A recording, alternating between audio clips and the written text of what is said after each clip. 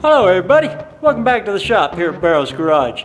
Hey, this video here goes out to Cmintsurfer down there in Texas. He just messaged me a little bit ago and we was talking. He just got himself a 57 Ford Ranchero, which is pretty much the exact same thing as this Fairlane I'm doing. But he's got a bit of a problem. It's a big one with it. It ain't got no chassis. But he saved it from the crusher, and that's the important part. He's out there saving our American culture, because these things, this is us. This is as American as it gets. All right, so what happens? He ain't got no chassis. Is the car junk? Like I said, absolutely not. When I'm filming outside, you'll notice I got a lot of Chevy S10s. I got my daily driver, which I call an Abby. What's an Abby? Well, it's a parts car that you get that takes you from point A to point B until it breaks down. Then you get to strip it for parts. My little Ford Explorer out there. Now, why do I have them, and why do I have an abundance of them? Well, it's no secret. You look around, I've played with a lot of cars from the 50s and on down. And there's a big, huge myth about these cars. And I'll cue you in on the little secret. Everybody says, oh, you like those big old cars of the 50s. They're not that big. They're actually the same size as about mid-90s first generation SUVs.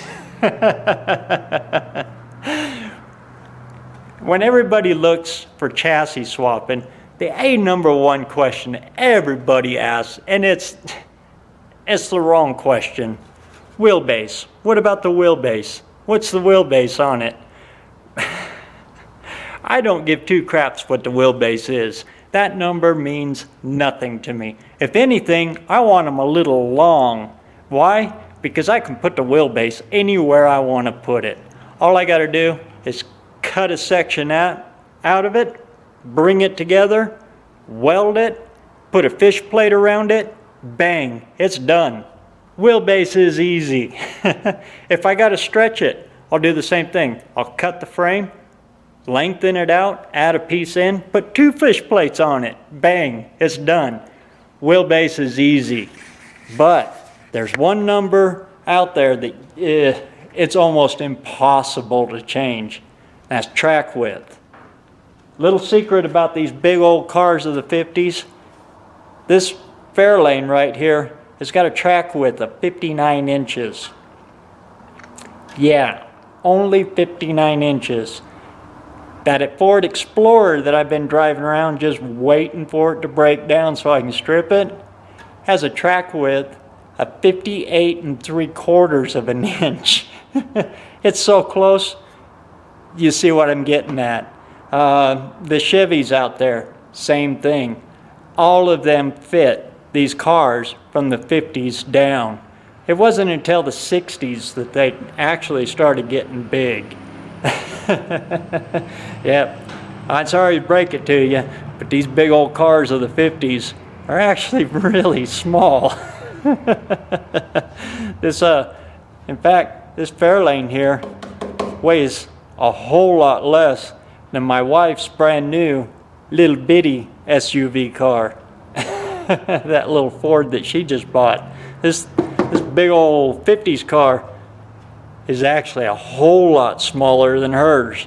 Anyway, so what's a guy look for in that? He ain't got no chassis, so how you go about that?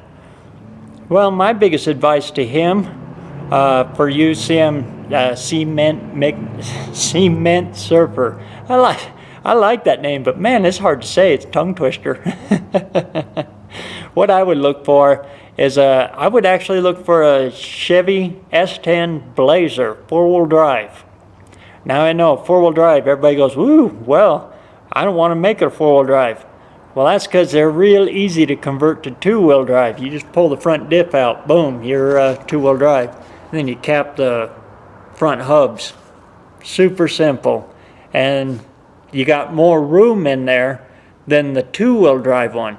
The two-wheel drive S10s, they angle the A-arms like this on both sides. Really chokes you up, so you got to have special headers and everything for them to get around the steering box and those goofy A-arms on the two-wheel drive S10s. On a four-wheel drive, they're parallel, and they're a little bit wider than the two-wheel drives, track width wise. Like I said, right there, right bing, right where you need it. And like I said, it's super simple swap. The Explorer, Ford kept that dadgum twin I-beam front end design for way too long. So if you use a Ford, there is an advantage to the Ford, I'll give it that.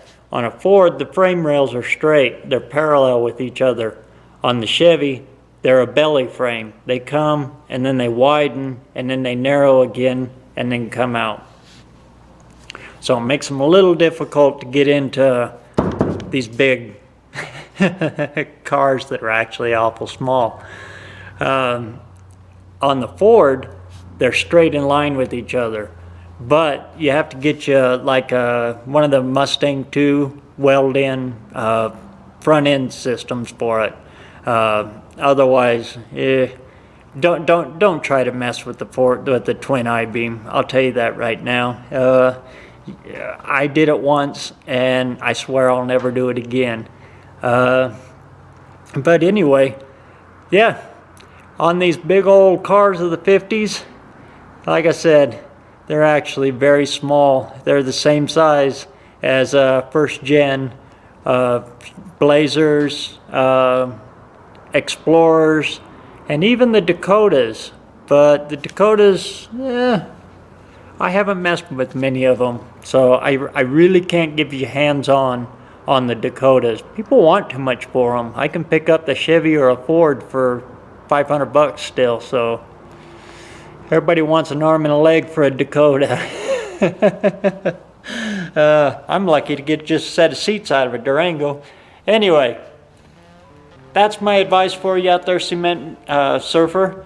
Just look around for a mid-90s down SUV, and you'll be surprised what you can come up with and get that old 57 Ranchero back on the road again.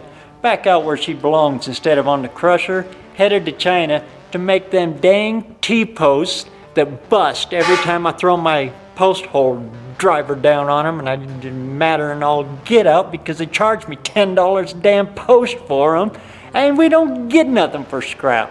So get out there and save as many of them cars as you can, keep them out of China, and get out there and get that metal hot. We'll catch you on the next one.